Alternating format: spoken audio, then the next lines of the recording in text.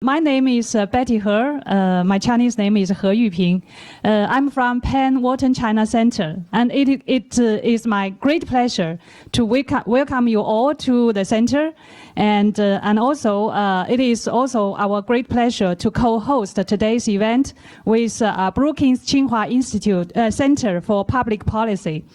So I feel very much honored to have a chance to start today's event, and I would like to take maybe 2 minutes to introduce our center. So the center was established in March 2015, and the mission of this center is to bring Penn to China and bring China to Penn. So actually we are trying to strengthen the exchanges between China and Penn University and Wharton Business School, and also bring more research resources to China that we can exchange ideas and also to further step up our career development opportunity. So actually we have a lot of networking with our alumni, and also we provide a very effective learning platform for our alumni in China. And today we have such a great honor to co-host this event with Brookings-Tsinghua, and we receive so many distinguished guests to our center. So I really hope that you enjoy today's events, and also you get very fruitful learning experiences. So let me introduce Dr. Qi Ye to introduce today's speaker and also give you some briefings about today's event. Thank you.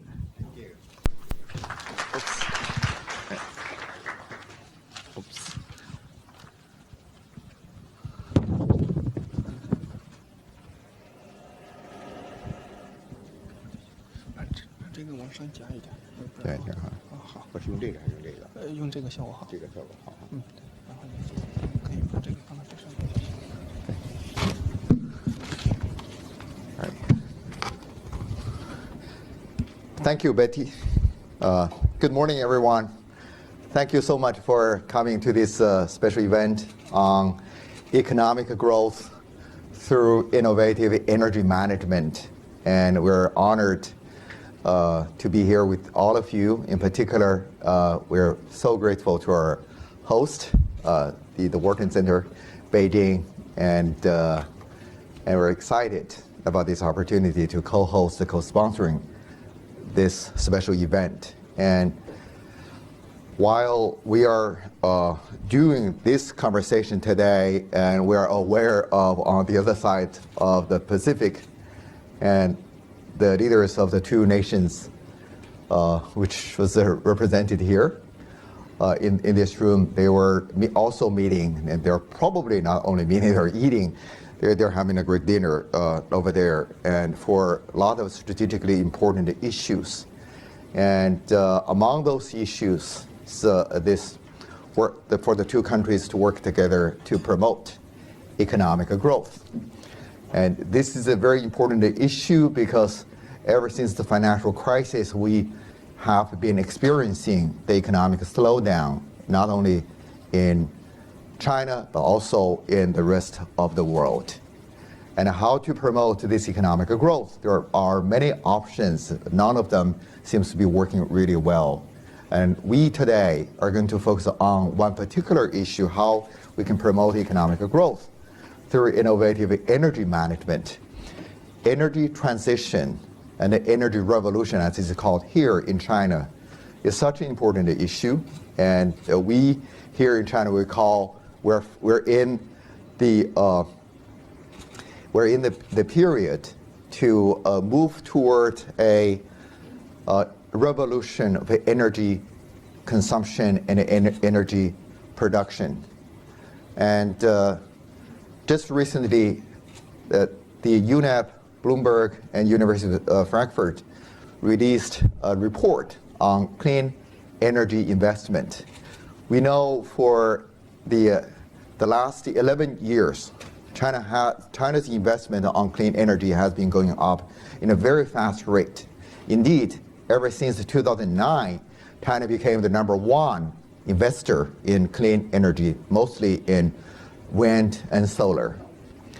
And last year, in 2016, China's investment in clean energy is $78.3 billion.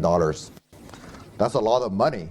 That's just nearly a third of the total global investment in clean energy.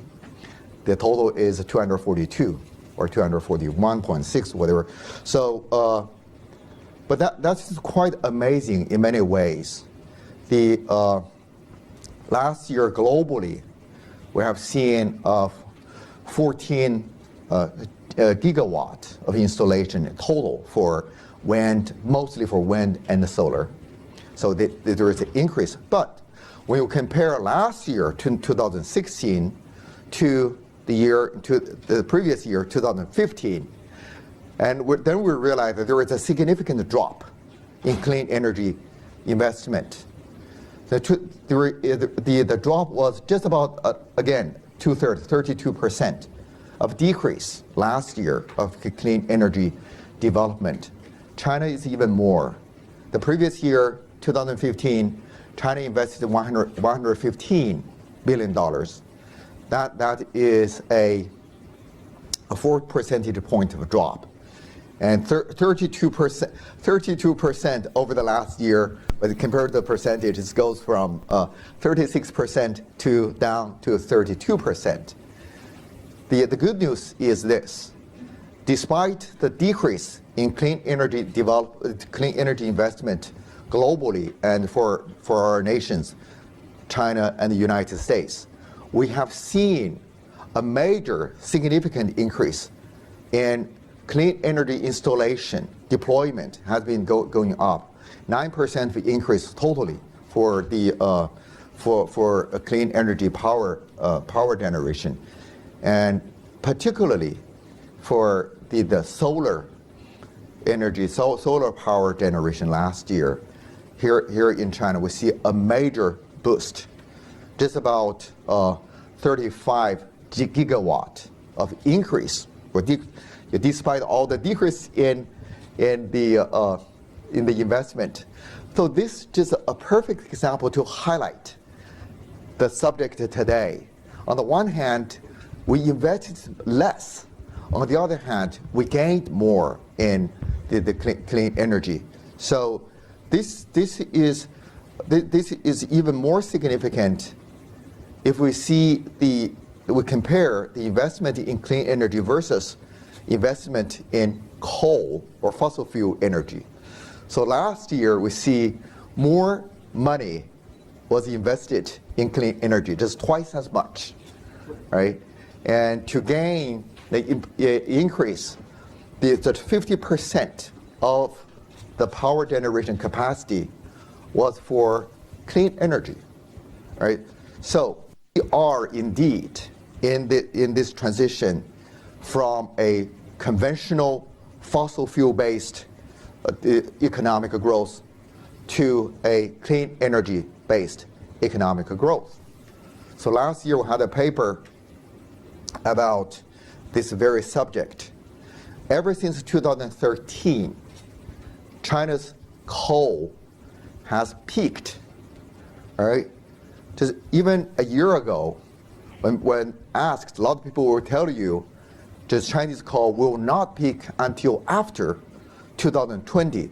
But the fact is, the Chinese coal consumption and Chinese coal production already peaked in 2013. And that will continue that trend.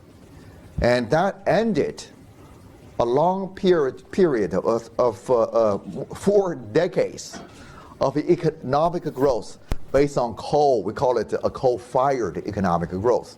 So today, we're moving to a new type of economic growth. Well, this economic growth will be based on clean energy, and it will also be based on a better, innovative energy management. That's the subject today. With us today, we're honored to have my colleague, Dr. Darrell West, who is the Vice President of Brookings Institution based in Washington, D.C. And also, Dr. West is the Director of the Governance Studies program. In Brookings, we have 5 programs. He's leading one of the great program, Governance Studies. He was also the founding director of the Center for Technology Innovation at Brookings. This is really our technology czar at Brookings Institution. Before he joined Brookings Institution, he was a chair professor at Brown University, and his research covered a wide range of subjects, but they have something in common. They're all related to technology. So, and today he will be sharing with us his recent study, the recent research, the report on economic growth through better innovative energy management. Without further ado, ladies and gentlemen, please join me to welcome Dr. Darrell West.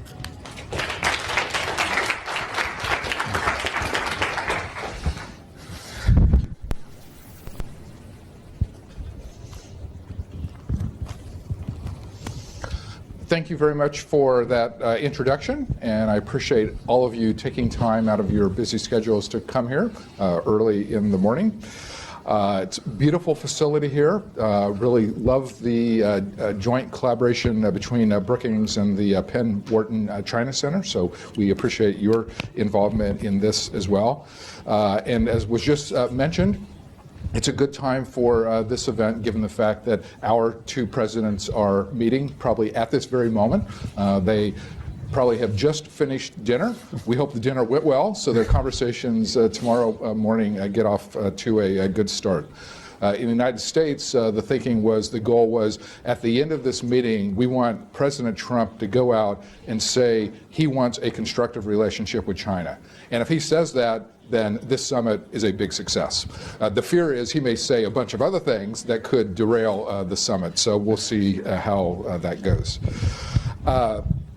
It is a pleasure to be back in Beijing. This is my 10th visit to China, and it's always fun to come back and visit with old friends and also meet some new people as well.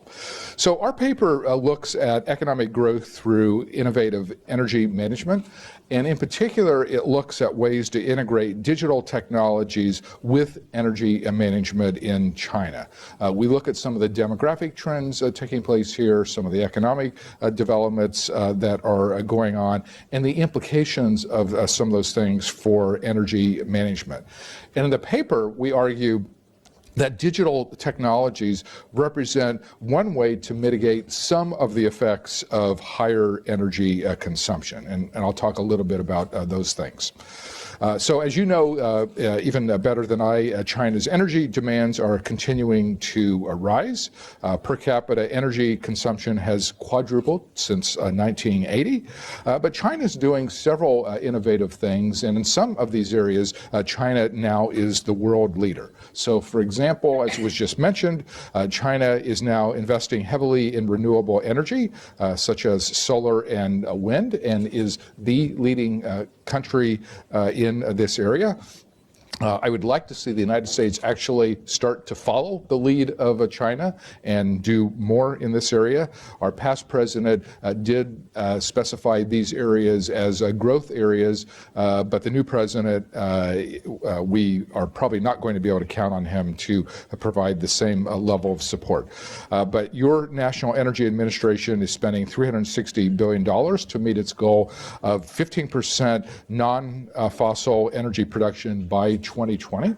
So that's an ambitious goal, but China is now the global leader in clean energy, especially wind and solar.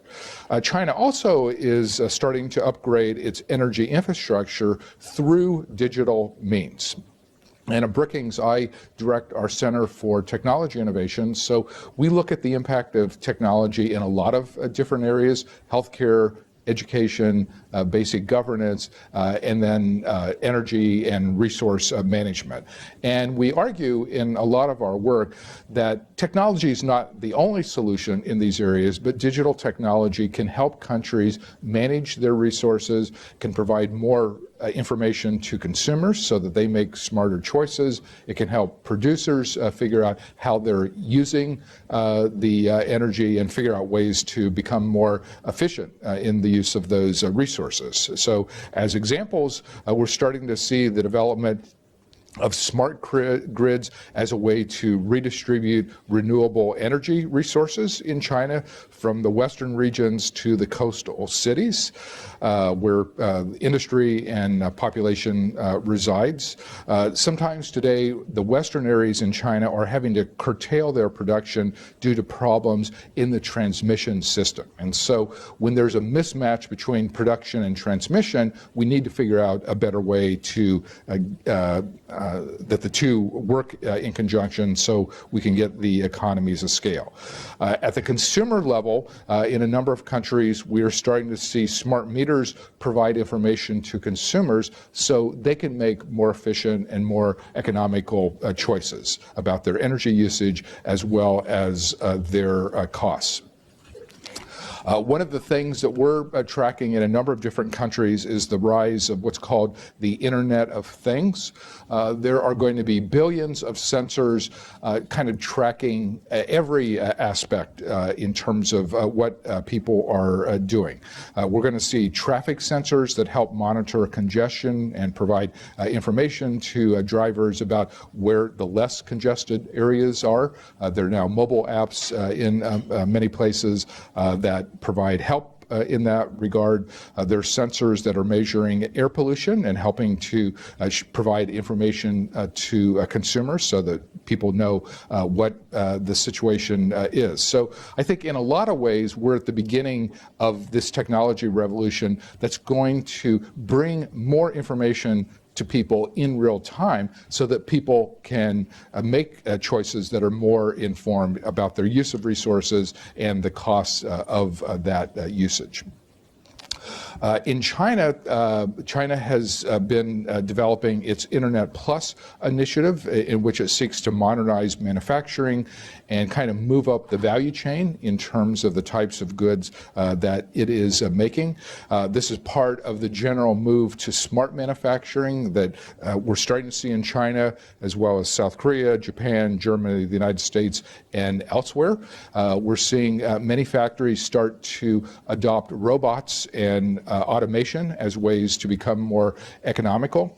My next book actually is looking at robots and how that is affecting the manufacturing sector as well as other areas. And I have the working title of What If Robots End Up Taking All the Jobs, and what that is going to mean for society. But in a lot of ways, we're seeing through the Internet Plus initiative an effort to provide greater connectivity throughout society. In some rural parts of China, less than 30% of the people are connected to the internet.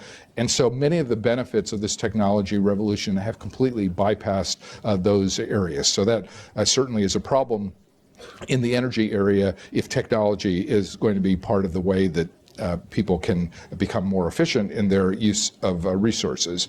We're also seeing technology start to affect the way agriculture is done. Farmers are using technology to monitor their water and their fertilizer usage so that they can gain the maximum efficiency in the use of those products. And again, all of these are ways to show how technology can boost productivity and help people manage their energy consumption.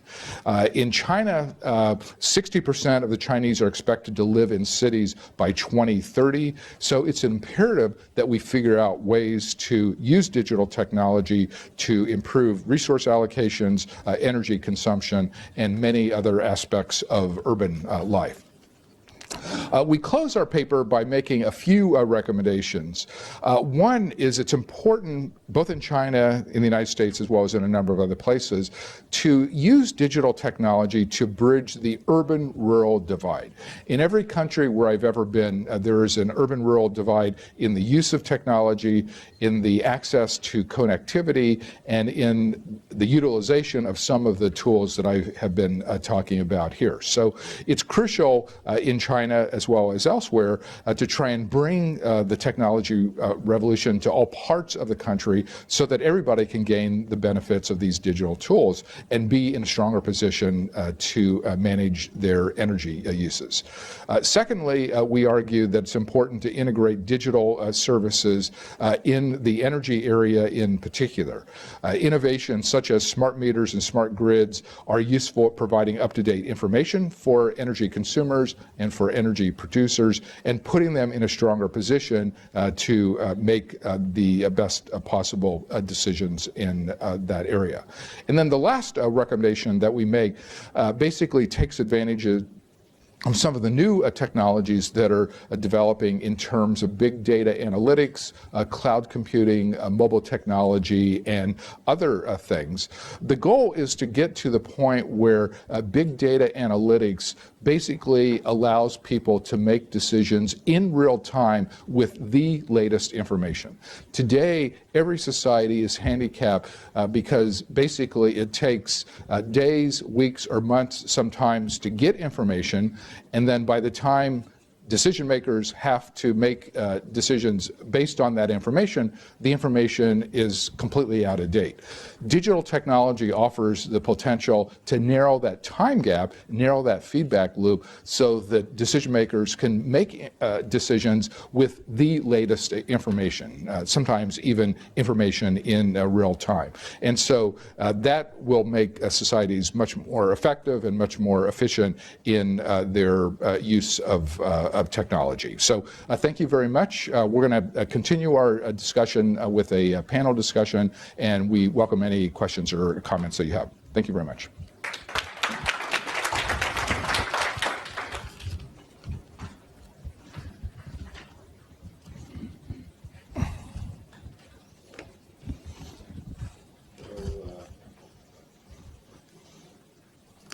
Let's make sure our microphones are switched on. Okay, testing 1, 2, 3, testing. Does it work? Right. Okay. Well, thank you very much, Darrell. I just want to mention that you see a little bit strange in between Darrell and I. We have an empty seat, and we do have another panelist to engage in today's conversation. I tell you, he's coming, and in any minute, and he was stuck in this traffic jam, which is very common. I know many of you know this very well. This is one of the issues that from Dr. West's presentation. He wants to use this the most advanced technology, big data, and this automation, and to serve, among other things, the energy management and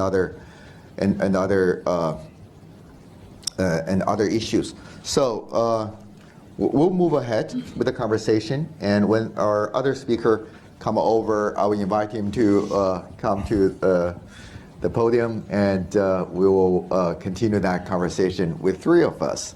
I just want to talk about this something about you just talk about China and globally, and maybe we use this time to talk about a little bit in the United States. And a week ago, and President Donald Trump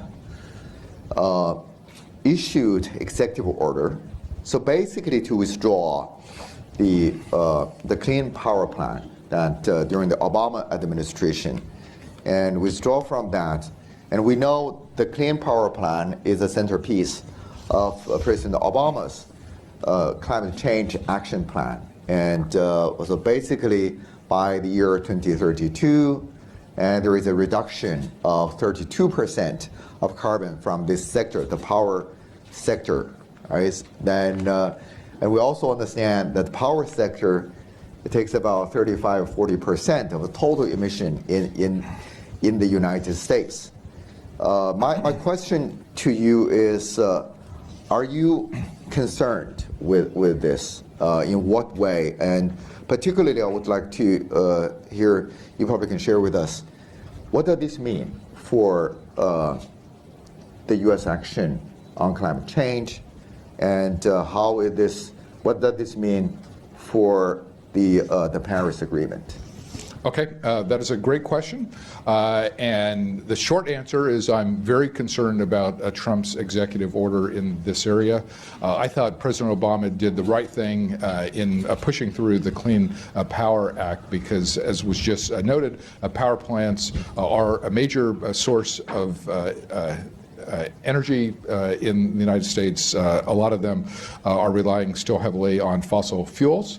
And so just in terms of the contribution to global warming, climate change, and other things like that, it's a real problem. And so when President Obama moved in this direction to try and deal with this problem, I thought that was a very positive change. It was a change the United States needed to make, and was a strong signal to the rest of the world that the United States was taking this seriously. And so the problem now with Trump kind of pulling back from the Clean Power Act, and then also doing other things in the climate area in general, he is sacrificing U.S. leadership in these areas. He's moving in the wrong direction. I think European countries already are speaking out against this. You know, they're concerned. He has not yet announced what he's going to do in terms of the Paris Accords on climate change and kind of what he's going to do in terms of implementing those changes.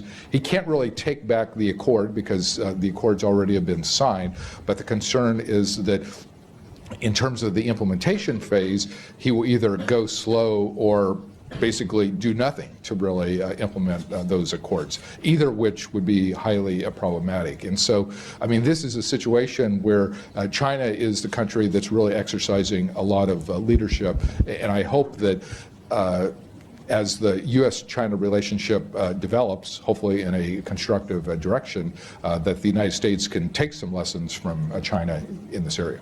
Well, let's talk about that scenario of doing nothing, right? Last year, well, according to IEA, a recent report by IEA, the International Energy Agency, and they found last year, 2016, globally, and there is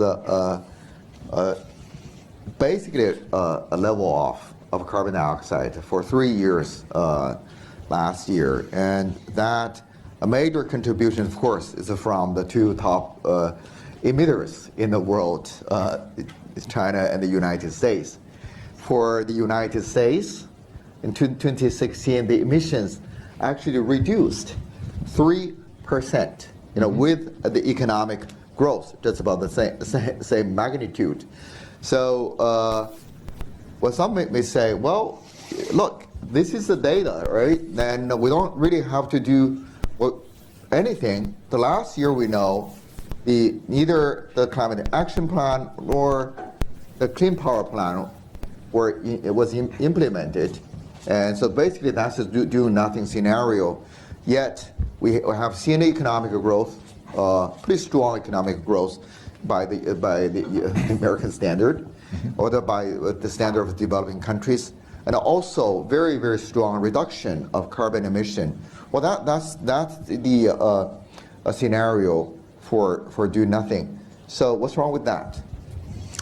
Do nothing would be terrible because we've seen the climate statistics, we've seen the statistics on global warming, we're seeing the polar ice caps starting to melt. I mean, this is potentially catastrophic down the road. People are thinking that the world's water levels could rise 4, 5, or 6 feet by the end of this century. And most major cities around the world are located on waterways, and so it's going to be catastrophic even if the waters rise up at the lower end of that. And so doing nothing basically in the context of the weather statistics that we've seen is not going to do anything to address the issue. We need to be doing the affirmative actions that the past administration pointed to. And what China does and what the United States does is just so crucial in this area because, we are two of the big contributors to the carbon output now. So personally am hoping that Congress can exercise some limits on the Trump administration. I mean, it's not very promising when you look at the people he has appointed to lead the major environmental organizations. Our Environmental Protection Agency basically has spent his entire life fighting against environmental protections, so that's not a good scenario. Some of the people in the White House also are not very committed. Ironically, the one person who actually does appear to take climate change issues seriously is the president's daughter, Ivanka Trump. And so people are hoping that she, along with her husband, Jared Kushner, who seems to be taking on a bigger and bigger role within the White House, that they can actually act as a bit of a counterweight to some of these other more conservative elements within the administration. But, you know, it's still an open case in terms of, you know, what Trump's environmental policy is going to be, what he's going to do in terms of renewable energy, and what his general stance will be on climate change issues. You know, when it comes to energy management and energy mix, to optimize the energy mix, and China looks at the United States and then realize, well, actually it's not true that nothing has happened. A lot has happened. Look at over the last decade, the substitution of coal by natural gas in the United States has been amazing, right? We see the shale, the so-called shale revolution, and within that 1 decade, ever since 2006, I've seen the share of coal consumption has reduced from more than 50% to below a third. Now, it's particularly in the power sector.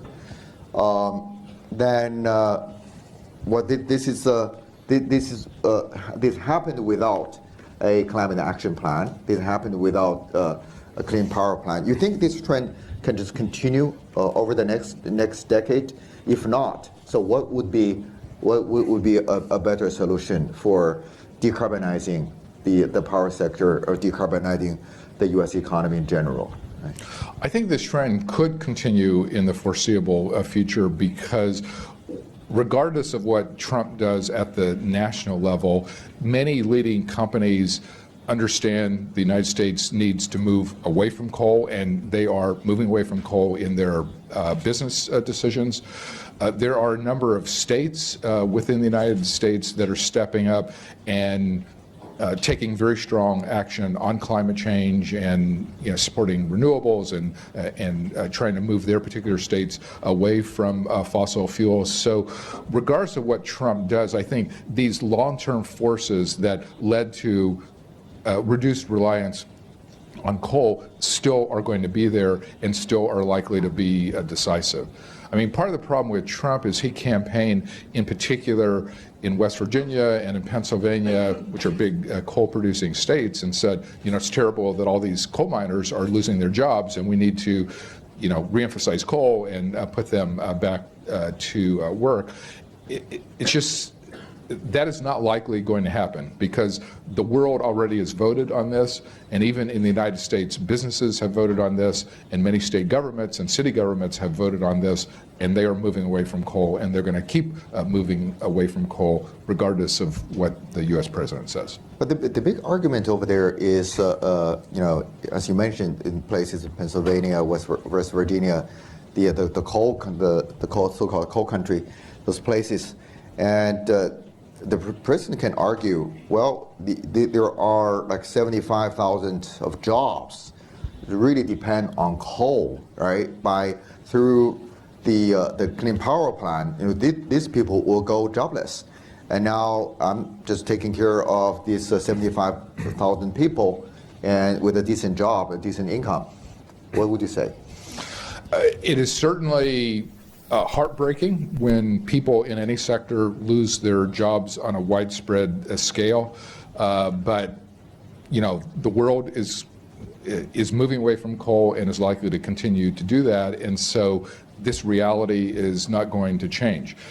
For me, what it tells me, and as somebody who studies technology, I see technology disrupting a lot of different sectors. It's not just the energy area. So there are going to be lots of sectors where there is joblessness that results from autonomous vehicles, robotics, automation, artificial intelligence, and so on. So what we're seeing in the coal sector is really not going to be unique. Like, the possibility of rising joblessness is going to continue in a lot of different areas, and every society is going to have to come to grips with that and figure out a way to retrain the workers who are losing their jobs. It's certainly going to be the case in coal, but it's going to be true in a lot of other sectors as well. And this is what I'm writing about in my next book. Like, what do we do if all of these trends kind of continue and people are losing their jobs? Larry Summers, the former U.S. Treasury Secretary, has estimated that up to 25% of Americans at some point in the future may not be needed in the workforce just because of artificial intelligence, robotics, and automation. That's going to be a big challenge for the United States as well as many of the countries around the world. So what do we expect them to do? That's a 2,500, right? The 25,000. 25% of the workforce. 25%, 1/4. Which is a big number. Which is a big number, right? When we're talking about an unemployment rate of 6 or 7%, we think that's high. So now we're talking about 1/4 of them. Yes. At the height of the Great Recession in 2009 and 2010 in the United States, our unemployment rate reached about 10.5%. And so we're basically talking about, on a permanent basis, there being high joblessness, possibly even much bigger than what we saw, during the worst part of that Great Recession. So what we're seeing in the coal sector is emblematic of a larger issue in society where technology is disrupting things, taking jobs, and this is going to be a problem. We see this already in the developing world. Like, if you go to Egypt or Syria or Iraq or many Mideastern countries, they have 30 to 40% unemployment, especially among young people. And those people are never going to get jobs. And we see what happens in that situation, that if you have young men that have no job prospects, and if they don't have job prospects, they can't attract a mate, they don't get married, and it just creates a very bad recipe for that society. There's a lot of violence and so on. So it's something society is going to have to figure out how to take care of people if we don't need as many of those workers in the future as what we need now. Up to this point, it has been a problem in the developing world. It is going to become a problem in the developed world as well, due to technology. And I want to come back to that question just a little later. I also want to hear from the audience what they think about the future of the world when we're going to expect 1/4 of the workforce just totally unemployed. It's a major issue. But let's go back to that point. You just talking about this the disruptions, and it does seem the energy structure, the energy mix, is changing in an accelerated way. And we would just run those statistics, and you just also talked about this. So technology certainly is playing a key role here. And 2 weeks ago, here in town, we had Bill Gates also talking about the future opportunities of technology and others. I wonder if you could help us to elaborate a little bit. You talked about big data, talked about Internet Plus, talked AI, and all of this. So what you see, we may have a lot of people who are in the financial business here in the audience. So if you're going to put your money in 3 areas related to energy management, which 3 areas or which 3 companies, whatever, you would put your money on? Well, the types of innovations that we're seeing in the energy area are kind of smart meters so that consumers have more information so they can make more intelligent systems, smart grids so that the producers can make better decisions, and then data analytics that allow everybody to have more up-to-date information so that as a society we make better decisions. So I think in terms of thinking about the things that are possibly transformational, those are things that we're spending a lot of time studying. We also follow the mobile revolution and just the fact that everybody has smartphones now in the developed world anyway, and like there are applications that bring information to people in a way that help ease some of the problems of urban life, like the problem of traffic congestion in Beijing. I don't know if there are mobile apps that now allow you to track the degree of congestion on the various ring roads around Beijing, but in the United States we now have mobile apps where you can kind of look at the map, see where the roads are really crowded, where they're less crowded, and then you can make your decision on which route to take based on that. So I think that's an example of how technology can help people.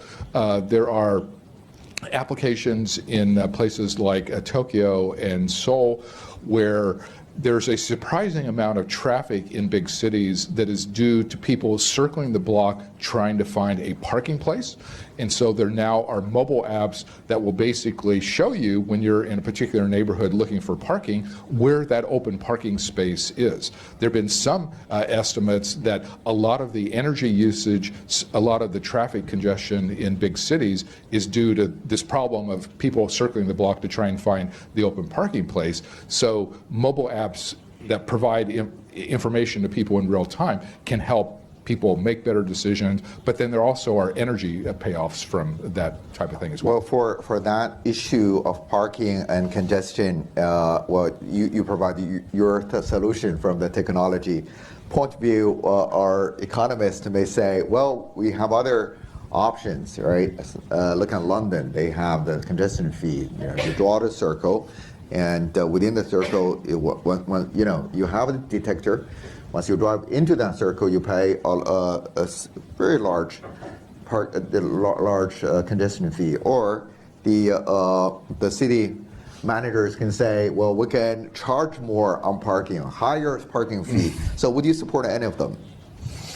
There are many cities around the world that have had good success with congestion fees, raising the fees on parking, and so on. So the solution has to involve a variety of different mixes. So kind of economic incentives certainly is a good way to alter human behavior in a lot of areas.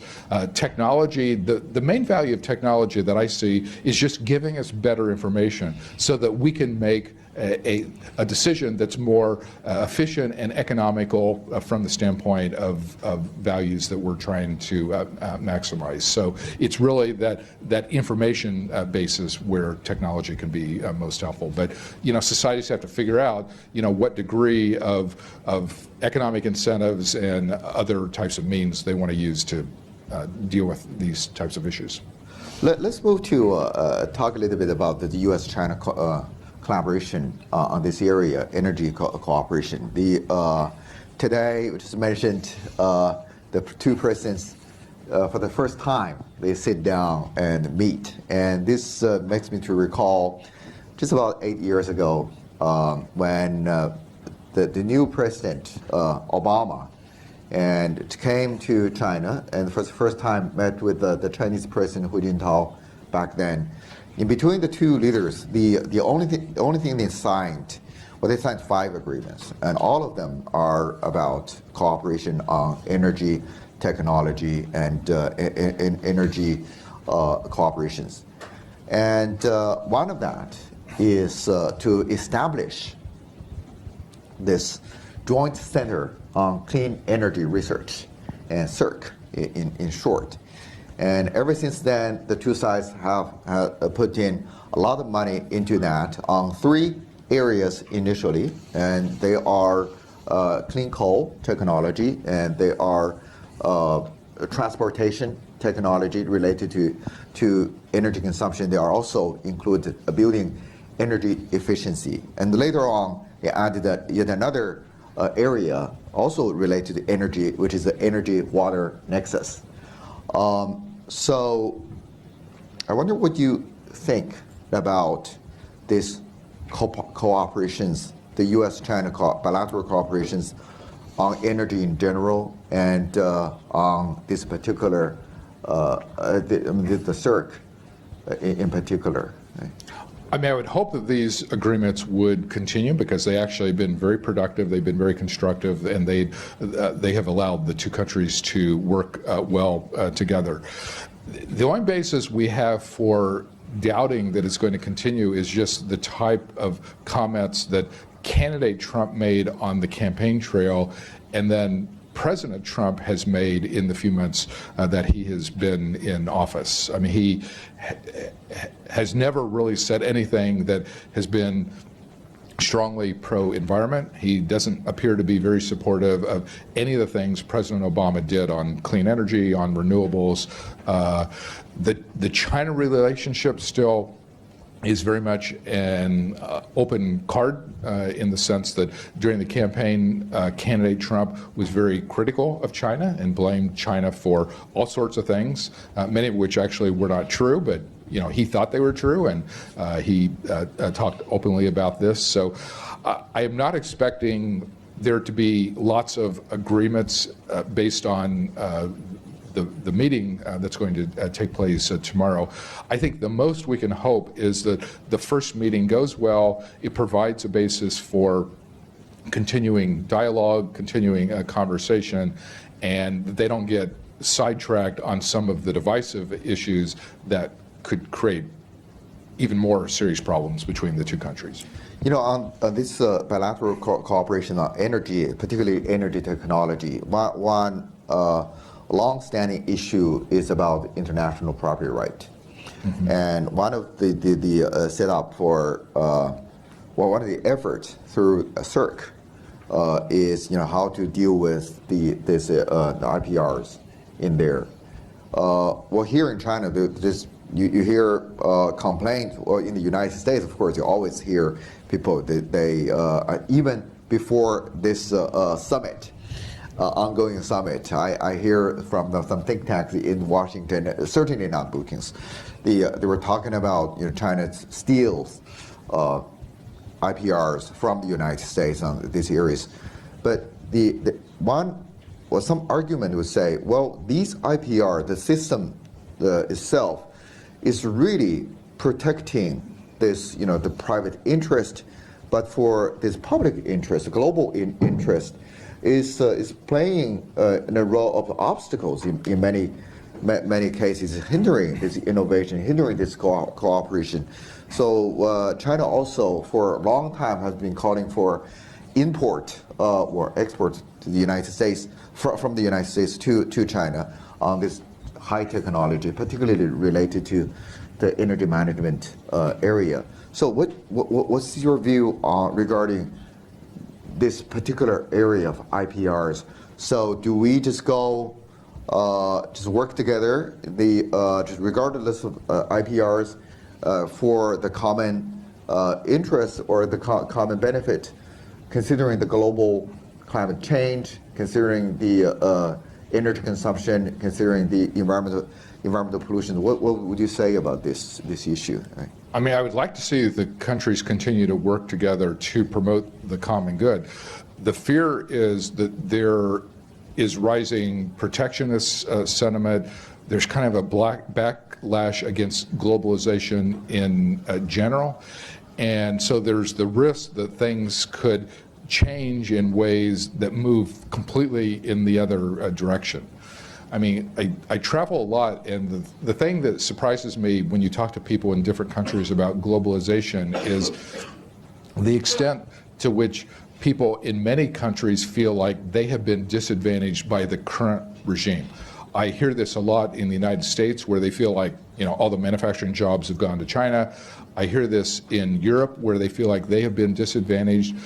And the surprising thing for an American is I often even hear in China that they feel like they have not benefited as much as they would like from globalization, that they see protectionist sentiments in the United States creating problems. And so I think this whole backlash that is taking place could have big ramifications just in terms of the extent to which Trump kind of emphasizes that and starts to build policy around that, or whether it's stuff he talked about in the campaign, but now that he's president, he doesn't take it so seriously, and he moves in a more conciliatory direction. I think we don't really know kind of how he's going to play that part of it.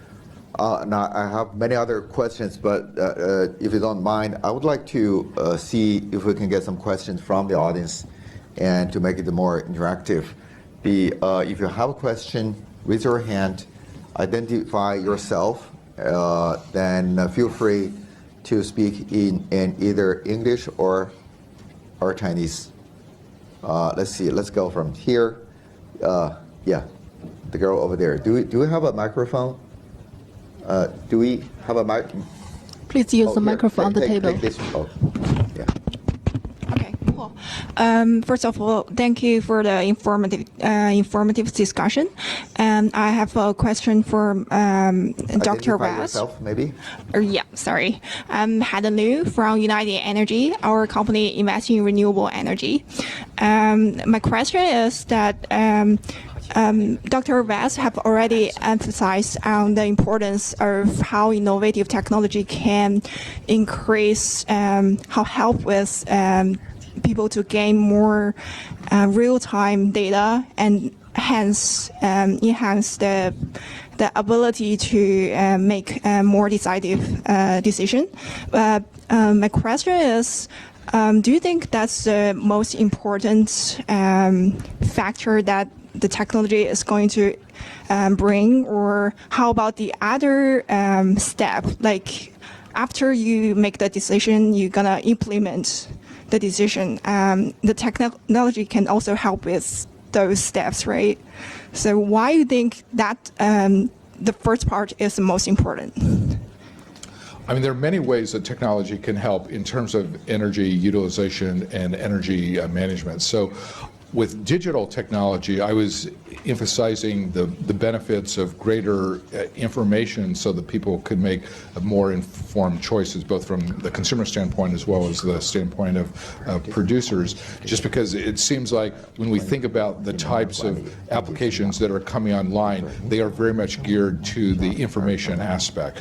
But I don't mean to suggest that that's the only benefit or the only way. There certainly are other aspects of technology that can help societies in general in terms of the types of products that are being developed, kind of the clean technology angles, the use of technology to improve distribution systems and transmission lines. I think, there are lots of other areas in which technology can be a real benefit.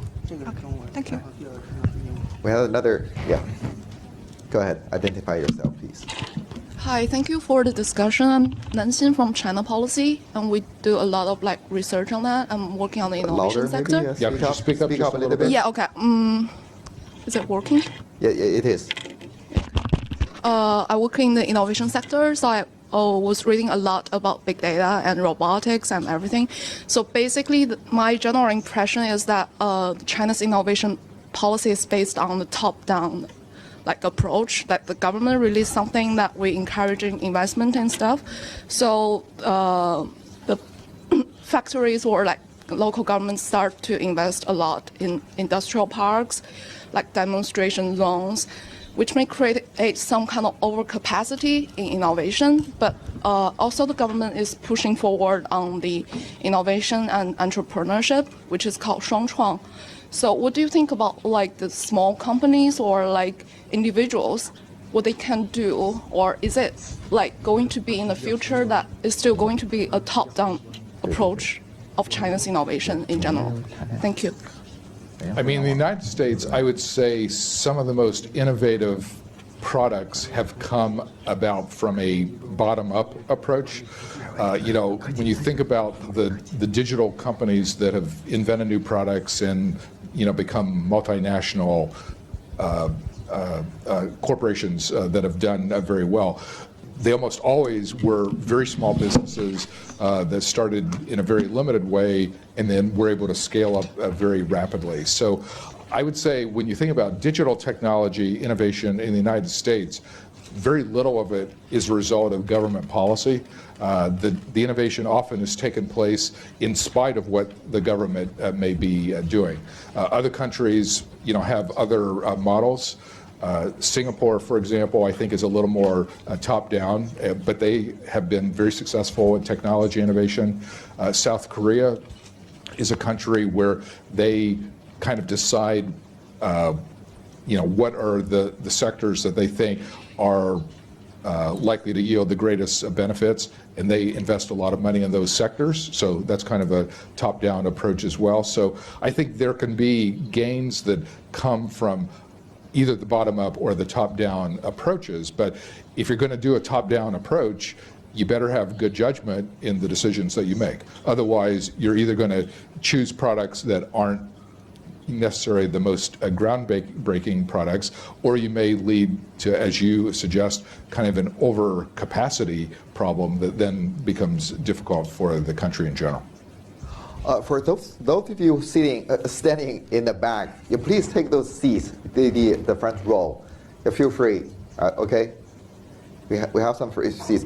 Let me take one more question before I introduce our speaker. I'll come back to you. I'll make sure to come back to you. Okay, Neil. Thank you, boss. I'm a fellow of Brookings-Tsinghua Center. Sorry. My question is that it was very impressive that when President Trump showed that very long sheet of paper showing how many approvals you need to get in order to build a highway in the U.S. The same can be said about electricity network construction. For example, FERC is a government, the federal is a congressional entity that governs U.S. electricity network, and basically, in order to have any innovation, you need to get a lot of approvals to carry it out in the U.S. So for China, when we see a lot of red tapes which stopped innovation in the U.S., will China actually come back and see that probably it might not be a good idea to carry out all the SOE reforms? Because what we see is that actually the Chinese electricity network is actually doing pretty well in terms of innovations. Thank you. You're right that the United States is a federal system, and so power is shared between local government, state government, and federal government. And so with highways and with a lot of other types of public investments, the approval process is very difficult. But last fall, we did a paper on autonomous vehicles in China, Europe, Japan, Korea, and the United States, and interviewed people in each of those countries. And what we heard from the Chinese was, even though the national government was very strong here, there were like 12 different departments that had approval rights to different aspects of autonomous vehicles. And so they were complaining that there were lots of approvals that were creating difficulties for them in terms of the development of autonomous vehicles, the legal, policy, and regulatory apparatus, the extent of high definition mapping, how you collect the information for maps and so on. So I think that is a challenge in every country, that particularly on big projects, they're always big, elaborate, and almost always involve a lot of approvals. 就是我们现在大家看到这个还有一位今天的讨论嘉宾，这个我是简单介绍一下啊，那个他是高昆仑博士。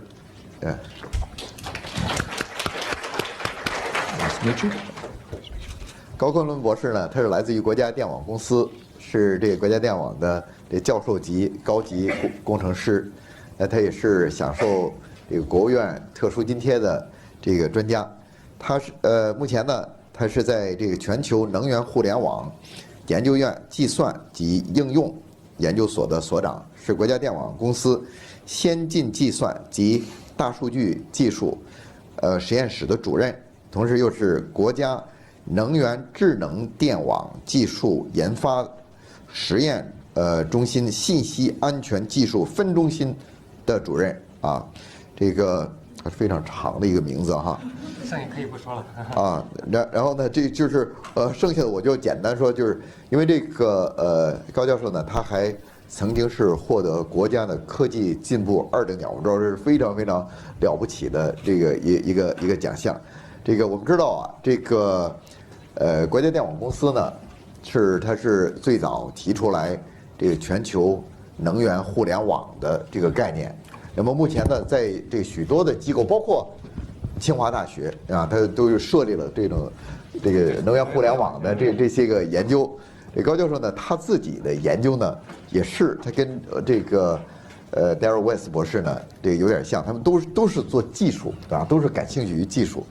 这个我们今天呢，这非常这个荣幸的，这个高教授跟我们来分享，他在国家电网公司和这个国家的这个高技术的应用于这个电网这个方面的一些这个最新的进展。首先呢，这个我想问一问，我非常感兴趣，就是这个那么这个概念，全球能源互联网这个概念已经提出来了好多年，这个应该2年，正式的2年，在峰会上提的。但是后来是这个习主席呢，他是认可啊，在2年前认可了这个国家电网公司的这样一个概念啊。这个概念呢，其实这个现在也逐渐的受到了学术界和全球这个在技术领域当中的一种认可，对吧？这最近2年，我觉得发展的非常的迅速。这个高教授能不能请您呢给我们这个稍微普及一下啊？就是首先有好多人可能不太了解这个，那么全球能源互联网或者说能源互联网本身，它的在技术上是一个什么样的一个概念？那么目前呢，它的发展是一种什么样的状态，对吧？到目前的这个情况，能不能先给我们做一个科普，对吧？因为我们在座的有好多同志呢，不是这个在这个领域当中工作的，好，谢谢主持人。那个我就基于我所知道的，跟大家分享一些信息，也不见得都对啊。全球能源互联网其实也是电网的一个新的发展阶段。之前呢，我们有智能电网，智能电网之前是传统电网。那么智能电网对传统电网而讲，就是我们这个人类对电网的调控能力更强了。那么全球能源互联网呢，更是把电网呢，从一个区域的概念、国家概念扩展到全球的资源配置。啊，为什么提出这个呢？它一个背景就是我们现在能源消耗是86.87%左右，是依靠传统的化石能源，比如天然气、石油。这一个是能源会枯竭，在不久的将来能看到会枯竭。第二呢，为我们的生态带来巨大的压力，环境污染、温室效应。但同时，我们地球上丰富的这个清洁能源，比如风能、太阳能，没有得到充分的利用。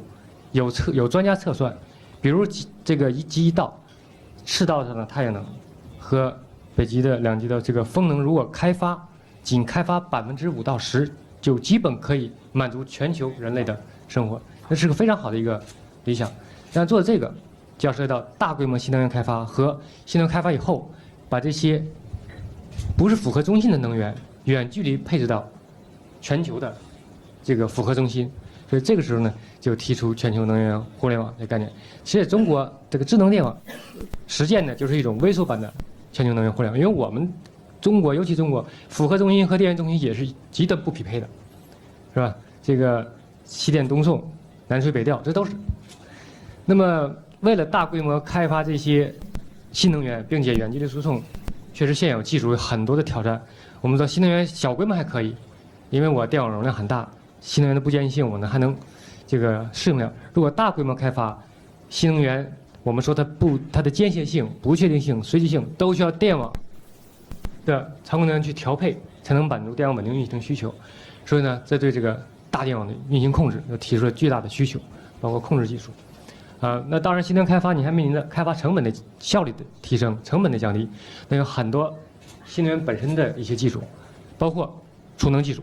我们认为这是也会给电网甚至是能源互联网带来革命性变革的储能技术。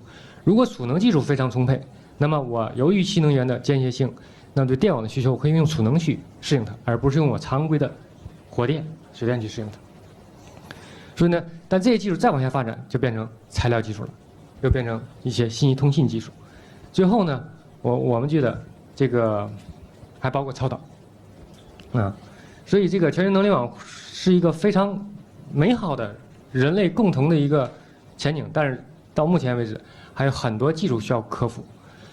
现在有预测，包括在国内这个新能源，一个是开发，我估计大家这半年、这一年听到很多关于我们风电、气风、气光这些问题，但这里面有技术问题，也有当时的规划问题，还有很多问题。那就技术而言，那是我们对新能源的粗粒特性掌握的还不够精确，对它新能源的预测还不能像我们常规能源、风力这个水电、火电这么准，因为我们的复合预测是可以准的，但是你的粗粒不准，这两边能源网、电网就是要粗粒跟复合要平衡，顺时平衡，因为电流在电网里是不能存储的，这跟其他商品是不一样，所以调度就要做这么个事儿。所以一个这个功率预测要准，但是你想，新能源它风，尤其微气象是比较复杂的，跟我们老百姓用的日常那个气象，你差1度2度，对吧？差点方向那是不一样的，那影响整个风场处理影响很多。太阳能一块云彩就会影响很可观的，包括云层的速度、厚度，是吧？辐射它穿透度，那这些都是常规我们包括气象界也研究不到的领域。还有我们这么多因素来怎么样电网调度让发输配实时平衡，那这边有大量的我们的信息的技术、通信技术要采集电网各个部件的工况，然后通过高性能的算法来计算电网未来应该处于什么样的工作方式。这里面有很多人工智能技术就应用在里面，所以我们还在提，原来传统电网没调度，反正发多少用多少，然后人工调度，然后自动化调度，以后能不能智能调度机器人？现在我们也在讨论这个话题。所以呢，在这个课题下，我觉得呢，它有很多是传统没解决的问题，但同时也是有新的问题出现。面对未来需求呢，这些前景需要靠，尤其我是从事科技战线的，真正需要靠这些从这个我们的材料技术、从控制技术、从信息通信技术每个技术的突破去得以解决。愿景很好，但是如果这技术在突破上有瓶颈，可能这个道路会比较漫长。现在除了刚才说这个新能源的并网消纳有一个控制问题，但还有成本问题。尤其经济社会更讲成本，那么成本也需要依赖技术进步。我也看过专家做出这种估算。目前的情况怎么样？目前咱们这技术和成本的情况？目前成本不乐观，但是呢，现在目前国家在补贴。但是如果比如以这个风电为例，如果这个10兆瓦这个风机商业化以后，预计到2030年，风电的成本陆上可以达到0.4元每千瓦时，海上风电0.6元，这是相当有竞争力了。那么这是发电成本，当然你还要包括这个一些输送成本。那现在是这样，就是说你刚才提到了这个气风啊、气光啊这些问题。那么去年一年呢，有人计算这个去年一年有1300亿度电，是白白的浪费了。这个是这个1300亿度电，大家可以就是简单算一个账哈。如果按照这个几毛钱一度电的话，这是这个也是非常非常巨大的一个这个财务上的一个浪费。那么好多人就说了，那么这个很大的一个原因了，当然你刚才提到很大的一个原因呢，就是电网它不要我们的，对吧？电网不喜欢我们这个风电，不喜欢我们有这个间歇性啊，就是这个电网的管我们这叫垃圾电，这个就不愿意要。就是对于这种的这个抱怨也好啊，指控也好啊，你怎么反应？我不代表电网，我只说个人观点啊。对，确实，对于电网它要运行、保持安全稳定运行，它是要符合客观规律的。如果电源这么波动，但我们负荷没有跟着波动，那必然造成电网它的不稳、失稳甚至节裂。所以，至少在国家体制下，电网的首要是保证安全稳定运行，其次才是经济。这是我觉得我个人理解，现在中国电网这个当然跟其他国家的它的社会责任是不一样的。第二个呢，如果电网是个中间环节，就像我们市场有买方有卖方，原来的买方卖方就不匹配，它电网它不可能把这个匹配做到。就我现在这一时刻，我就有这么多负荷，但是我的电源出力就是高于很高或者就低衡，电网能做的是尽量让它平衡，但是现在没有手段对负荷端做更精确的调节，但现在我们也在做，这跟电网发展形成最开始是用户端没有任何的发言权，反正你电网发多少，我这只能用多少。咱们都经历过拉闸限电那个年代。那么到以后呢，那就说为了保证这个用户的供电质量，那你用户用多少我就得尽量发。所以电网在常规电源下有很多我们叫预堵，实际上没发叫备用，备用很大。就为了你突然的一下，夏天突然的一个高峰，1年的备用都得备了。那这也很不经济。那实际上我们在想，是否能把我们的调节能力在出力端也让它有能力，对负荷端也有，就是在不影响你生活质量情况下，你是否要那么多负荷？比如咱们现在有很多我们叫气候负荷，叫可调负荷，就是在不影响你舒适度，我的空调可以调低1到2度，让你不影响你的体感。类似的负荷还有很多，现在我们在做这个事儿。但是为了做这个，我的调节手段要到什么呢？要到咱们用电用户要进入到1000家万户，这里面有技术问题，也有这个信任问题，还有用户说，那我凭什么接受你调节？就有价格问题。但是现在国内这些价格还是定的，就有很多可以通过市场手段来调节，让大家真正双元互动的一些机制，现在还没有这个大的前提条件还不太完善。所以呢，用户说你没有价格最好用的对用户价格激励来刺激我，那我也可以不随着你电网互动。那么呢，我在特定出力情况下，我调节符合这种事儿就不能做到很精确。您刚才提到就是你在回答这个问题的时候，你说的第一个问题就是这个安全是最重要，对吧？因为当然我们也都这个同意，这安全的确是最重要的。但是呢，也有一种比较极端的这个说法，这就是说这个就每次一提这个风电、光电上网啊，你们就老说安全，这个极端的说法就是说，你们是不是电网？你们吓唬，用这个东西吓唬这个决策者，吓唬这个社会，对吧？然后老说这个东西，所以我觉得这个东西其实在很大程度上跟这个技术是非常相关的。就是现在哈，就从咱们的这个技术的水平，你看国家电网这个技术水平，在全国不用说了，对吧？你们是这个国家电网、南方电网，这个从这个技术水平来讲，咱们在世界上究竟处于一个什么样的位置？我觉得，在大电网的调度水平上，我们应该是世界 No.1 的，就集中的大电网调度。当然我们有自己的短板，比如我们配网，这个不如国外那么发达，网架还很薄弱。但在电网的调度，就是我们就相当于我这个，由于网架不发达，所以呢，我更多的依靠我的自动化手段，让它运行的更稳定一点、更安全一点。所以这个调度水平还是可以的。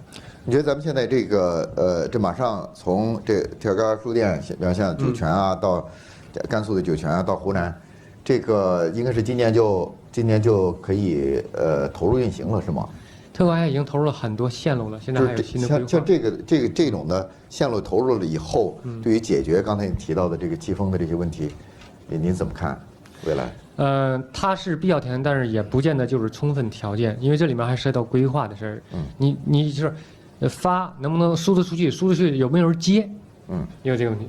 所以它这个，我觉得这个新能源它这个规划是要从你一个不仅是区域啊，它是要协调全局的你的用电符合你的发电规划，再加上输电规划同步进行的。但是因为我不是做规划，但我听到原来的一些讨论，有专家提到过这些规划目前并不太同步，因为很多电源批是当地批。他不考虑外部的一些需求。So Darrell, you from that conversation I just had with Dr. Gao, you probably quickly realize the devil's just really in the details. As we dig into the issues, you can see that technology, planning, and cost, they are all become problems that prevent the further integration and also have to reduce this wind curtailment and others. So this something you see just particularly Chinese, or you think this is pretty widespread in other places, particularly when it comes to the issue of wind curtailment, right? The lowest year here in China, nationally, we have 8%, right? And we just easily go up to 17%, double digits. While compared to the United States, it's rarely come to as high as 8%. So what do you see the issues? Is a technology problem? Is a system problem? Is a cost problem? What do you see this? All right. I don't see these problems as limited to China. We certainly confront many of the same challenges in the United States. I agree with Professor Gao that China has made enormous progress on the mega power grids, and China is the world leader in that area. I think in other areas, the United States is struggling in terms of boosting the reliance on renewable energy sources. So I think some of the challenges may be system problems. Some of it is due to technology issues. The cost problem always is a big challenge in the energy area, just because the numbers required to deal with the problems are enormous. Thank you. We have a lot more hands raised. Some questions? Yes, the girl over here. Hello. Thank you very much for your discussion. I am Shanshan Zhang from the World Economic Forum, and I'm responsible for all the real economies, including the energy system. Actually, I were having lots of discussions with the State Grid and the Guodian Corporation, the CGN Power, and so on. My question is, because I worked for the international leading automotive manufacturer before, and I was leading the projects on autonomous drive and electric vehicles as well. So my finding is that it's very difficult for the traditional companies, especially the very successful big enterprises, to encourage this disruptive innovation or to facilitate the innovation activities. When we look at the German car manufacturers, we can see that the most innovative technology, Tesla, is from America, not from Germany. The same, I'm thinking about the same question about the in the energy area. Because I have seen lots of new energy companies emerging in China. Question is? So my question is, how do the giant SOEs encourage innovation or carry out this transformation? What are the success experiences from the world?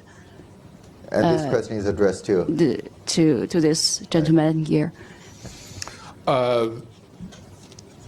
In the area of autonomous vehicles, all of the car companies are investing huge resources in this. I mean, the technology is actually pretty well advanced. The artificial intelligence aspect is the key thing, and many companies are having great success in terms of the on-road testing that they are doing in those areas. What we found when we did our research on autonomous vehicles in each of these countries is the problem is not so much technology, it's the legal policy and regulatory aspects. Like all the countries are struggling with how to define the legal framework. Like if you have an accident, like today, most accidents are due to human drivers, so if there's a lawsuit, it's against the driver. With autonomous vehicles, how do you handle issues of legal liability? Every country has not really upgraded its laws to decide, like, is it the hardware, is it the software, or is it the human component there? So that's just kind of an illustration of some of the problems that have developed in that area. Gentleman over here, yes. Thank you very much. My name is Ang Zhao from Rock Environment and Energy Institute. It's a local think tank. So I have a question to Dr. Qi and Dr. West. Firstly, I'm very interested about the discussion about the unemployment influence from the technology change.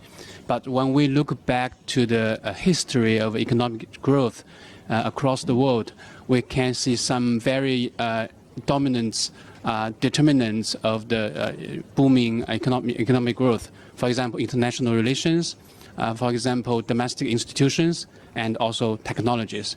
So my question is that if we see the future economic growth, if we really think about which factor among the three I just mentioned is the biggest one to really grow the economically sustainably.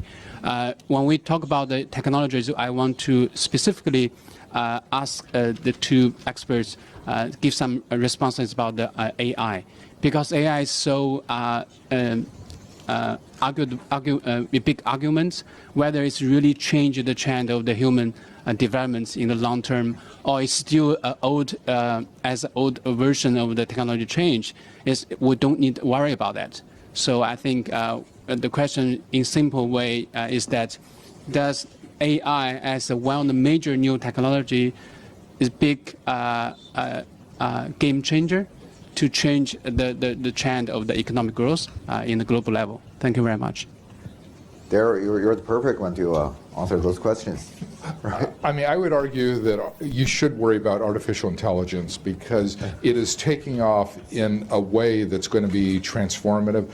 I mean, AI has been around for 30 years, and so that leads some people to think, people have always overhyped kind of the extent of change that's going to come from it. So we all have kind of grown desensitized to, worrying about robots and worrying about artificial intelligence and worrying about automation. But the changes that we are about to see over the next 10 and certainly the next 20 years are going to be much bigger than what we have experienced over the last 30 years from technology, because people think that we've been living with the technology revolution for a long time because the internet has been around for 25 years or more, but we still are in the infancy of technology change, but the technology change is now coming together across all of these developments in ways that I think is going to be transformative. And so what countries have to be figuring out is, what's going to be the impact on society, what's going to be the impact on the economies, what's going to be the governance aspects of this. Like if you have a large degree of unemployed people in societies, that's going to be a huge governance challenge. The Middle East example shows you're going to have civil unrest, you're going to have violence, there's going to be bad things that happen when young men are sitting around with nothing to do. So artificial intelligence is something that we need to be thinking about, because I think it is going to produce a lot of dramatic changes. Like most of the people in this room are kind of under the age of 40. In your lifetime, you're going to see the impact of this on your careers, on your lives, and on your societies. Over here. 关于 AI 呢，我也可以补充一下，因为我们正好这几年在研究 AI，我觉得呢 AI 我们要积极拥抱，但是有很多我们对它的未来的恐惧。我是这么看 AI 呢，60多年，去年是61周年，几次浪潮，只不过现在是由于深度学习产生的新一波高潮，但是呢，真正的 AI 界可能还会有低谷。现在 AI 之所以肯定是这个极大的改变了我们，包括比如现在很多编程可以很多程序机器人编，我们的这个智能识别都可以有这个人工智能算法，但是我们觉得这还不是我们值得我们恐惧的。为什么呢？现在的 AI 还是在某一领域，不管是机器人还是战胜李世石的这个 AlphaGo， 它是在一个专项的领域、有规则的领域跟人类。与其说 AI 战胜人类，不如说我们人类给 AI 的一些技能战胜了特定的人。它再强，在这里面我们管它还叫弱人工智能。真正强人工智能是什么呢？现在这些是不管是机器学习还是他学什么是人要给他学，他才能学得出来。它的产生的规则推理还是基于我们给他的样本。当然，它学习能力很强，但它基于样本。换句话说，只有当这个 AI 到达你人不用给它样本，它能自主的去产生学习的意识、动向。他的学习完全受控，脱离人的控制，那才是值得控制的。但目前现在还看不到，现在人他就是个拿着样本喂出一个东西，说大样本学，小样本学，小样本就是小点样本，但是学的也是特定领域的知识，脱离不了样本。这是我的对这认识。谢谢。Apparently, some people are fearful of AI, the future of AI, and some people are happy about it. But no matter what, this is something we have to be very serious about it. 2 days ago, I got an invitation to team up with the Secretary Newton, Secretary of Treasury, to team up with him to play a chess with the chess master, Magnus Carlsen. He's the #1 chess master. So we're going to play that game in a few weeks in Los Angeles. So I'm not a great player of chess, and I asked the group. I said, "What should I do?"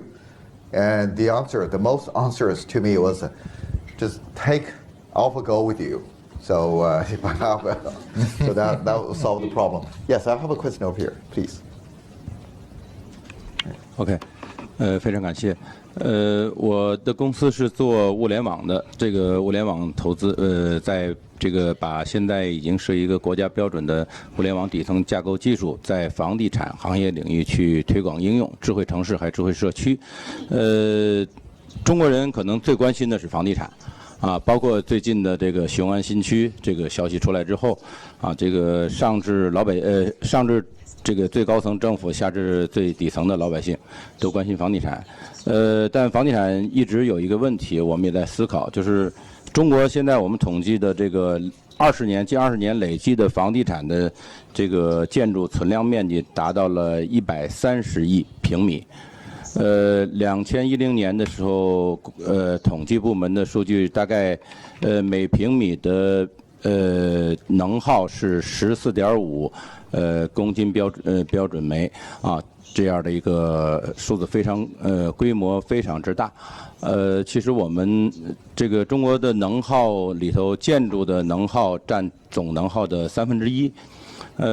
那我们现在在做的这个技术呢，就是把物联网的这个技术呢，在房地产行业应用，让房地产在运营的时候能够支持包括能源管理在内的这样的实际功能，已经推广了相当有成效了。我想问一下，就是说在这个领域里头呢，对于房地产的应用，两位教授在这个建筑这个能源管理方面呢，有什么更好的建议？特别是在这个物联网一个大势的这个技术的一个推广的这么一个形势之下。OK， 谢谢。So Darrell, probably you can start off first. This is a very important issue, Internet of Things, and especially when it applies to building energy consumption. And he mentioned something. This Hun'an New District is something the news last week, the biggest news last week. All right, then we're going to build a whole new city.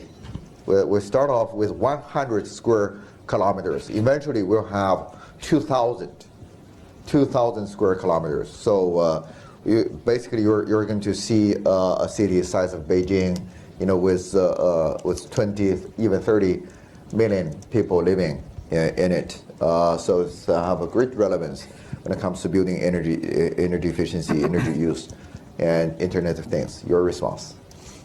China always does things in a big way, so this development clearly fits with that.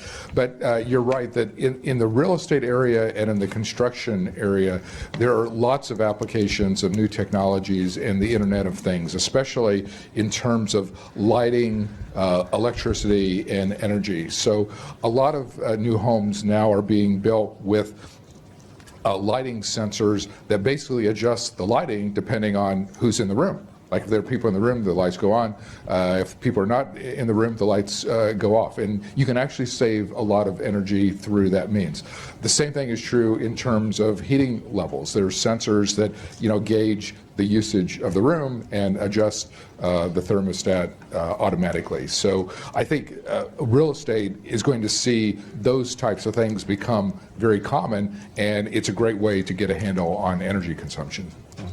高博士，你有什么要补充的？我想这个物联网这个东西是不是也是咱们国家电网比较重视的一个领域啊？比较重视，因为电网的智能化实际上最基础还是要靠大量的物联网设备去实现采集监测。我们本身也是这个专业设计这个。刚才那位先生提到的，我不知道是不是因为我们广告公司参与了国家有8个智能家居相关标准，是不是您说这个？不是跟智能家居相关的是中国电科这个国家物联网联盟推的这个物联网开放体系架构，我们参与。我们现在也在跟你们合作，国家电网合作一家技术公司在有业务的合作。对，关于这叫家庭能耗或者是住宅能耗，确实是我们这个能源需求侧管理一个重要方向。除了我们大工业那些高耗能的，那么刚才这位先生说那个数值也很可观。那么怎么样让家庭用能更节约、更绿色、更环保？这里面要布大量的传感设备。但我觉得这个技术可行，可能还有很多机制上的问题。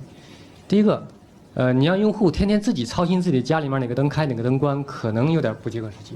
因为这个做了很多 demo， 但是只是做 demo， 真正用的时候，包括在北美，我们问了很多，他家里有这个，但自己真不太用。为什么呢？中国他这点电对他来说，省的电和多用电对它刺激性不够强烈，还是我们电价没有这个市场刺激信号还是不够强。如果真是说我电价是实时的波动的，那么在高峰的时候你省一度电真能省不少，那个用户就会参与。这个事儿只有用户参与，这个事儿才能做成。很多用户不参与，一厢情愿是不行的。第二呢，这还涉及到以后什么呢？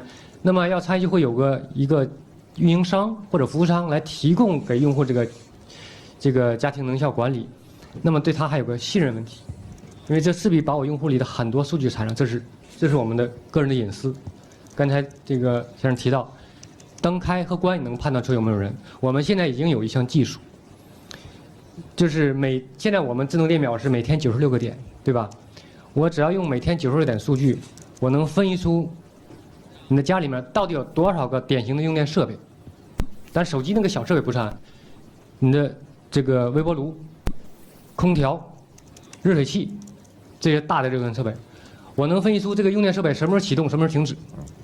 进而我能分析出你这个家里面人的生活规律和活动规律。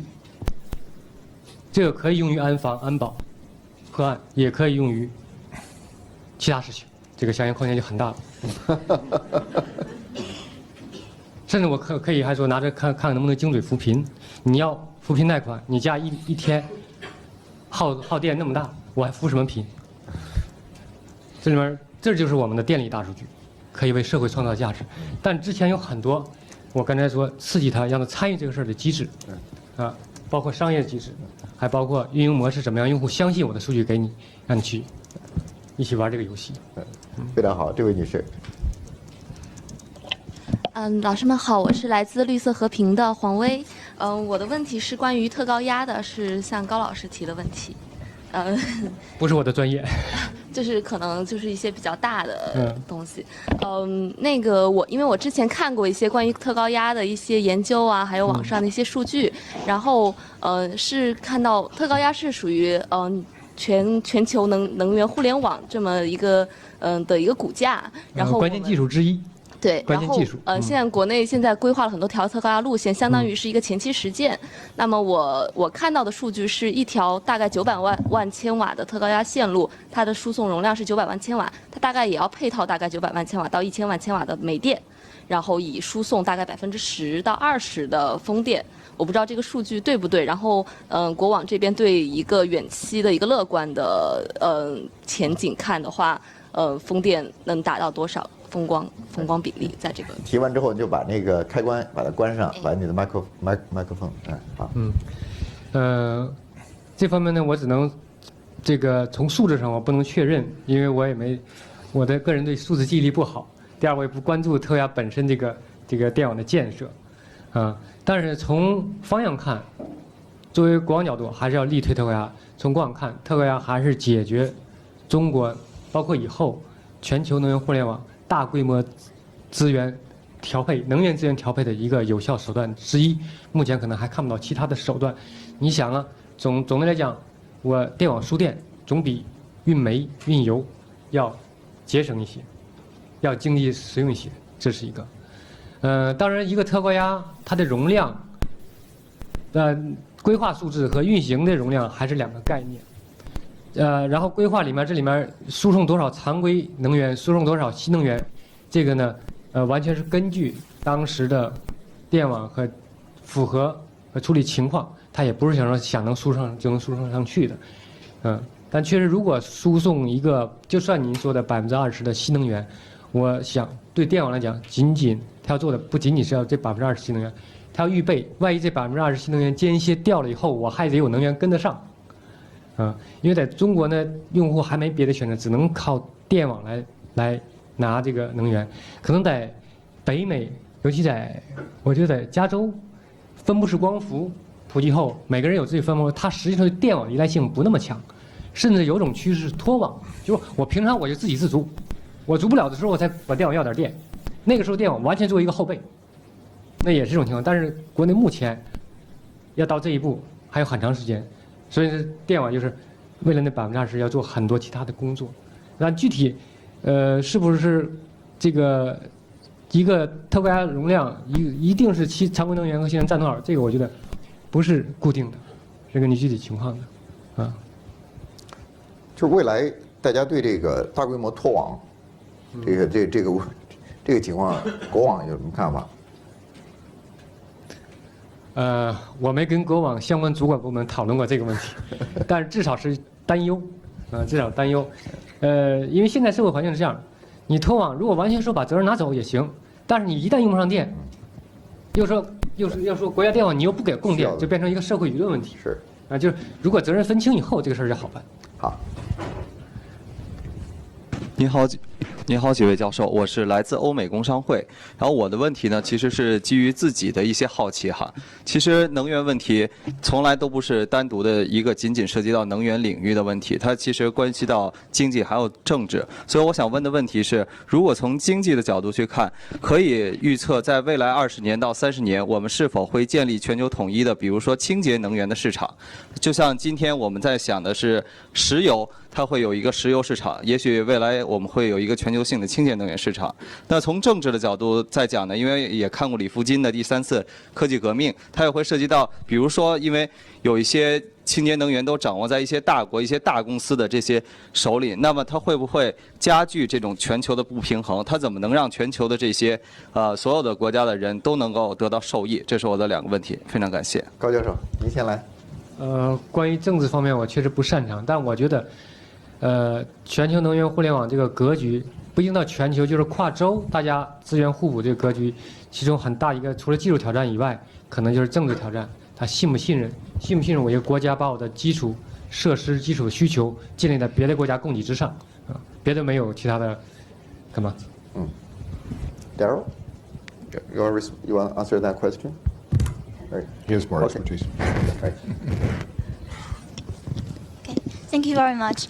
I'm a student from the London School of Economics, majoring in international political economy. My question for Dr. West is about investment.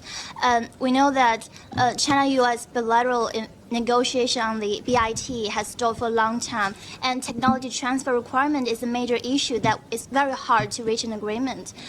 You mentioned that it's very interesting that although under Trump's energy policy, the states, the subnational leaders in the U.S., they has been taking very strong action to reduce emissions, and they will keep moving forward from to clean energy, move away from coal. So I'm very concerned about without a bilateral investment treaty and under Trump's energy policy, to what extent will the subnational leaders in the U.S., their attitudes towards Chinese investment and also American enterprises' decision to invest in China, to what extent will they influenced by Trump's energy policy? And my question, 我对高博士的问题就是，您能不能简要介绍一下我们全球能源互联网研究所在技术研发方面的和企业和中外企业的合作方面的情况？谢谢。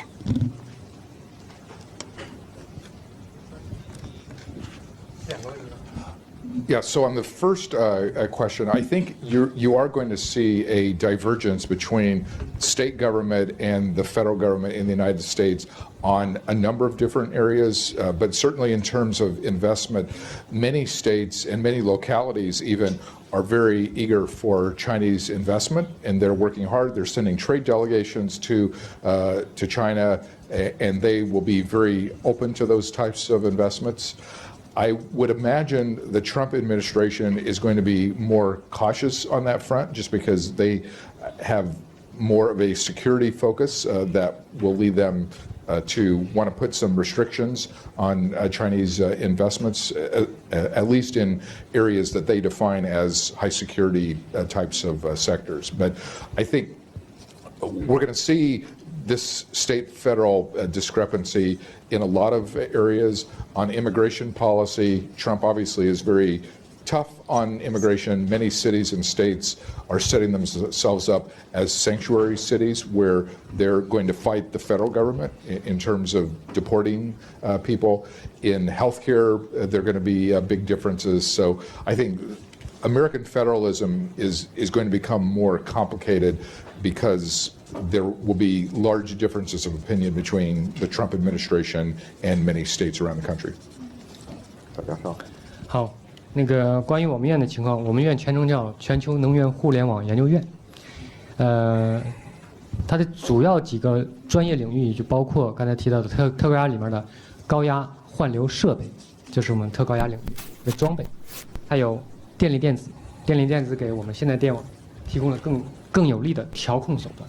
更精确，真正电力电子，如果我们电网全部电力电子化以后，那真是下一代电网，那有很多现在想象不到的事情都可以出来。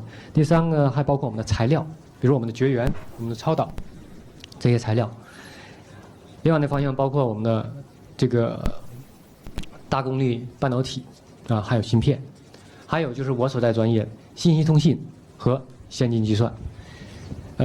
关于跟 国外企业的合作，我们主要是通过，因为我们是科研机构，我们在美国硅谷设有美国研究分院，在欧洲的德国的柏林设有欧洲研究分院，跟国外的合作主要通过这两个研究院，跟当地的主要是以科研机构为主，包括跟这个硅谷的斯坦福、麻省理工，跟那个欧洲的福尔霍夫实验室、柏林工大这些建立了比较长久的合作关系，跟 当地工业界的合作也是跟通过这些科研机构一起开展的，大概这么个情况。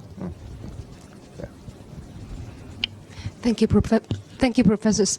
I am Claire. I am an alumni of Penn Law School. Now I'm working as a lawyer and partner in China, near Chinese law firm. We have assisted a lot of Chinese state-owned enterprise to invest in Africa and Australia. It seems that a lot of workers and farmers, because of the high-tech knowledge and artificial intellectual, they will be replaced by robots. But now I'm care about what about lawyers? Will the lawyers be replaced by the robots? And what about the situation and development in U.S. and how we can respond to this kind of situation? Thank you. What about lawyers? Right? You're in trouble That's the short answer. In the last 20 years, it's basically been blue-collar or working-class jobs that have been automated, and so those are the people who have been most at risk. In the next 20 years, it's going to be white-collar and more professional jobs that get automated. It's not that we're going to be in a situation where we don't need lawyers, doctors, engineers, teachers, or whatever, but technology is going to come into each of those areas in ways that will take over some of the jobs that those people have been doing. So, for example, in medicine, there now is clinical decision support, basically a computerized system that you come in, you report certain symptoms to a doctor, and the doctor's computer will say, okay, given the symptoms you have reported, these are the likely things that you should worry about, and here are the possible treatments. And so even the more advanced fields, technology is going to come into those areas. So what you need to do is, one, to beef up your own technology skills so that you can use technology to help yourself so that it doesn't become a threat to you. But it is going to affect even fields like the law. Well, just to make you feel better, not only lawyers, but also professors, which I am one in Tsinghua University, and you know, many of us have serious concern in the future, say, for the online courses, online education, right? You don't really need a lot of professors. You probably only need a few very best of them to offer the online courses, and others will all become TAs. All right, yes, please. 教授您好。我来自一家直流电应用的一个小组，然后我想问一下，关于直流电应用在美国现在是一个什么样的一个情况？另外呢，在这个政府政策这个层面，有什么样的相关的一些政策来激励这个直流电的这个应用？谢谢。高教授可能也对这个问题比较有研究。对。Actually, I'm not sure what the issue is. Direct current meaning electricity? Right. Oh. We have not done a lot with that, so it's not really a high priority in terms of government energy policy, and I'd be surprised if that changed under the Trump administration. 高教授。那个直流输电肯定是我们关注的重要的一个技术领域，包括以后它对我们电网的改变都是巨大的。但是这里面有很多技术问题，比如说直流电缆，它电缆本身就要改变，然后还有一些它的控制、它的装备跟传统的交流都不一样。所以现在在特高压直流里面呢，包括国家电网、包括南方电网，都在做很多的研究和前期的示范。好，时间关系，我们来有几个问题，然后一块儿提出来，然后我们的这个一块儿来回答。一位，然后那边一位啊。然后这边一位，3位吧，好吧，你先来。您好，我也是来自绿色和平啊，我是徐曼。我有一个问题想问高教授，就是在电网基础设施建设方面一个问题，就是在我们调研过程中发现，在农村地区，就是有很多农村，其实现在它的居民，就是说到那个建筑能耗嘛，就居民这块儿，就是农村的居民这块儿，它其实有很高的意愿安装分布式光伏，但是当地会发现说，对于一个村子，它的电容是有限的，就是比如说一个村它电容大概只有50千瓦，那可能它只有5户到10户的人是可以安装的，那有更多的居民想要安装，它已经安不了了。对于这个电容问题，就是我不知道电网方面对于可能是我们看到的是农村地区啊，我不知道城市地区会不会有同样类似的问题，就是大家如果是居民对于安装分布式光伏的这种意愿非常高，但是这个由于电网的一些基础设施的限制问题，它又装不了了，这种情况电网方面是怎么看的，以及未来的一个布局问题。对，您先来回答一下这个农村这个电容问题。回答一下，因为这我觉得还不是一个技术问题，因为你想安分布光伏现在从产品到技术都解决，但您说那个电容的限制，这个因为农村电在我们专门有个领域叫农电，我们农电工作，我们调度配合农电这块，所以具体情况我不了解。如果需要，我可以回去再去了解。但是您说这个电容是首先是个什么问题？第二个，如果它是自装自用的话，其实跟电网没太多关系，除非他想把这个自用以后的电发电再上网，除非他想把剩余电卖上网，那么可能会涉及到电网的配套啊。Gentleman over there. Yes, good morning. Thank you for the presentation. So my name is Matthew Frappe. I'm a consultant in energy and environment. I would like to ask a question to Professor West, something about the energy service companies. So we know that in energy efficiency for a built environment, there is the problem of split incentive between the owner of the building and the operator who foots the bill. So I would like to understand what is your experience of as how smart metering and Internet of Things can actually can bridge the gap of the split incentive and actually enable the ESCO model. Okay, thank you for that question. Yeah, there is a challenge in the sense of owners versus users of properties and the differing incentives that they have. Increasingly, what's happening in the United States is there is an energy rating for new buildings, and companies are starting to compete over that, like because clean energy has been embraced by the American general public, that we want to see buildings that are energy efficient. And so basically the energy ratings kind of allow consumers to determine the extent to which the owner has built the construction in ways that facilitate energy efficiency, and people are incorporating that in the decisions that they make. So that's kind of the way people are bridging that gap. Did I see another question here? Right.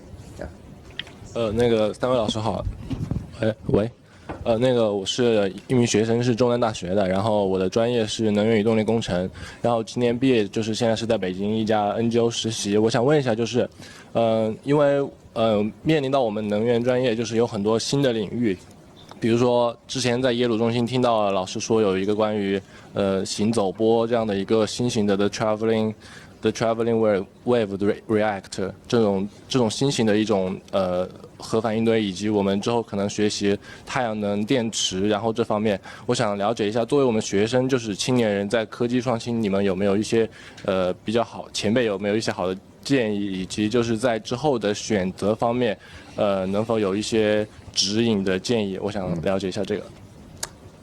问题很好，高老师，青年人有个建议供参考吧，别误人子弟。第一个呢，就是如果从科技角度看，目前制约清洁能源大规模开发利用的一些关键问题，现在还是比较明确的。你要有志向的可以关注一下这方面的具体技术领域，但每个技术能走多远，这里面还有一些运气成分。第二呢，你可以更关注更宏观、更微观一点的，比如不管什么技术，很多基础性的科学会要支撑。刚才说的，比如人工智能这些基础性的它在哪个领域都会用，材料这些。另外可以宏观一点呢，就看把握一下整个能源需求受这个发展的这个动态。在特定时期，什么样的能源问题是这个时代或这个阶段最主要、最迫切解决的？可以提前投入，大概就这么。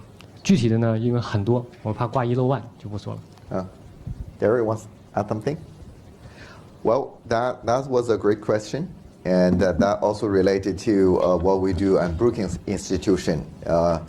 Penn actually ranked us consistently for the last many years as the top think tank among in the entire world, and in fact, well, we consider ourselves at Brookings Institution. We consider ourselves as an institution for higher learning, and we are committed to the informed decision making, policy making, nationally and globally, but the better decision making through mutual education. So that's why we have a lot of collaboration with education institutions like Penn, like the Wharton Center. Before time flies. Before I conclude the session, any final words from Betty? All right.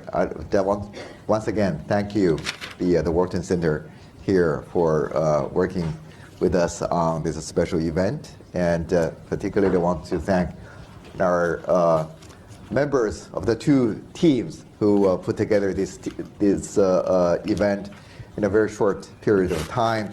I want to thank you all for your great participation, and just stay tuned. We'll have more of discussions like this in future. And finally, please join me to thank our two speakers. Thank you. All right.